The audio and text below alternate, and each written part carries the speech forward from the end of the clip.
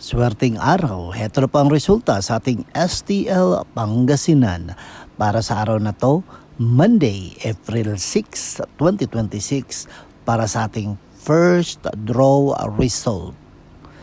Humanda na kayo at heto na, ibibigay ko na ang resulta ngayong araw.